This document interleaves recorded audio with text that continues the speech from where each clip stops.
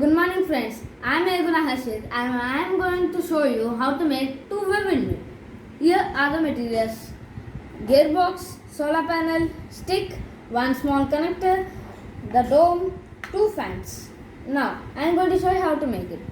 Take the dome and the stick, fix the stick on the dome like this. And now take the gearbox and fix it like this.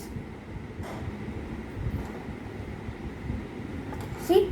And now take the small connector and fix it here.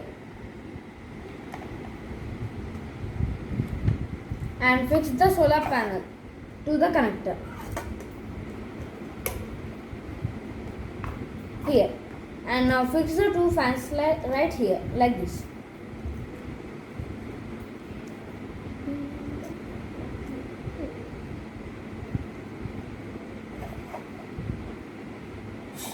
See, my two-way windmill is ready. Now we are going to check it. Now the sun falls on the solar panel and it transfers the electricity to the gearbox and the gearbox starts working. This is my two-way windmill. Thank you friends. Have a nice day.